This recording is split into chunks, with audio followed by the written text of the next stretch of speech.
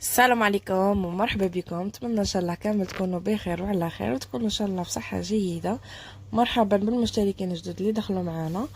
اليوم درنا السفه بريستيج بدون مكسرات، راح تجي بزاف رائعه والبنه فيها ما نحكي لكم. تبعوا معايا كامل مراحل وطريقه التحضير. اول حاجه نبدو بها راح نجيبوا الطعام تاعنا تاع السفه. انا هنا استعملت عمر بن عمر، نتوما اللي عندكم تاع الميزان ديروا تاع الميزان ماشي مشكل. وراح نبدا نشمخ فيه. شو هنا ما تكترولهش بزاف في الماء، سي بون. نديرو لا غير شويه تاع الماء باش كي نفوروه ما يتعجنناش. شغل غير هكا قد ما يتشمخوا هذوك الحبيبات كيما هكا ويتنفخوا لنا، ما نكتروش بزاف في الماء.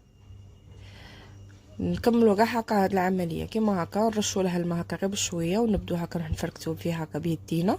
ابري نغطوه ونخلوه يشرب، ونكونوا دايرين ديجا القدره تاع الماء تاعنا تكون تغلي وفوقها الكسكس بيان سور. هنايا راح نبدا نحل فيه. راح نستعمل شويه تاع الزيت باش يساعدني. هنايا راح نبدا نحل فيه بزوج يديا كيما هكا، تبدو تحكوا فيه. شوفوا هو راح تلقوه كيما هكا مبلطوا منه. شوفوا لا بغيتو تحلوا فيه غير بشويه كيما راكم تشوفوا. يا هكا بيديكم تحكوه حتى لين تحل كاع. هنايا جبت الكسكاس تاعي، راح نبدا نحط في الطعام. انا عندي كسكاس صغير راح ندير على زوج، الا عندكم كبير ديروها كاع. راح ندير عليه زوج انايا، شغل درت النص ونخلي النص.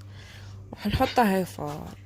ابري هنايا بعد ما فالي شوفوا كيفاش وتقووا عليه النار باش ما يتعجن لكمش. هنايا شندير، راح نجيب هذاك غرف تاع الماء. داك غرف هذاك كاع عندنا، هذاك يجي مع البراميكسور صافي. هذا غرف كومبلي غادي نستعمله في نص باكيه تاع طعام، في نص كيلو كيما نقولوا. هنا راح نبدا نشمخ في الطعام. هنا الطعام راح ما قديش نستعمل يديا، درت غير هاد الكابشه هادي هكا وراح تساعدني غايه باش نحل بها الطعام. هنا راح نبدا نفركت في الماء هكا، ومن بعد نبدا نخلط، نعاود نفركت ونخلط. ما ديروش كاع الماء ضربه واحده باش الطعام تاعنا ما يتعجنش. هادي ناكد ونعاود. راح نبدو نحلو فيه كيما هكا كيما راكم تشوفوا حبيبي. وهنا اللي ماهوش مشتركين معنا نتمنى يشتركوا معنا ويخلوا لنا كومونتير شباب كيما هما باش نعرفوهم راهم جدد.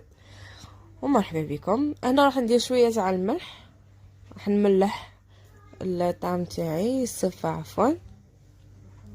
ابري نغطيه ونخليه على جهه، خليه قد ما ينشف لي. هنايا شندير، رحت غسلت الزبيب تاعي وحطيته في الكسكس. ابري هنا الطعام بعد ما كان ينشف وشرب لي هذاك الماء اللي شمخته، راح نديره يفور المره الثانيه. راح نحطو كاع هذاك الطعام. هادي نص باكيه، هادي نص باكيه باش نص الزوج راه يفور. المهم راح نحط النص باكيه تاعي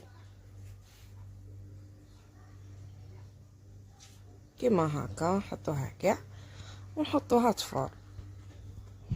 هنايا بعد ما فارت وكملت هاي لا اخر مره اسهل حاجه انا في دقيقه تاليه كان قريب العشاء يأذن، جا في خاطري الطعام صفه. قلت علاش بطلتش نديره، اصلا توحشناه انا ناكلو غير الطعام بالمرقه. في هاد الخطره قلت نتهلو في رواحنا شويه بصفه هكا بريستيج كون شابه وكاع غير بالمكونات اللي عندي في الدار وزوقتها. المهم هنا درت شويه تاع الدهان الزبده وشويه تاع السمن. انا السمن ماشي قاطع بزاف، مفيش ريحه السمن ديك القاطعه، السمن تاع المدينه. هنايا سي بون دهنته وراح نبدا نحط في الطعام تاعي. كان هنا عندي شويه برقوق شويه حلوه ترك والبيض فايض.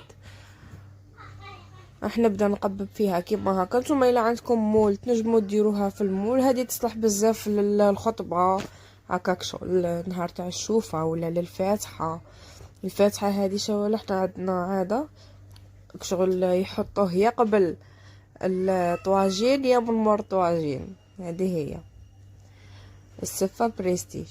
راح نزوقها من الفليكوتي هكا وشويه حلوه الترك، وراح ندور عليها البرقوق الله يبارك. انا البرقوق تاعي كنت فورته تاني شويه.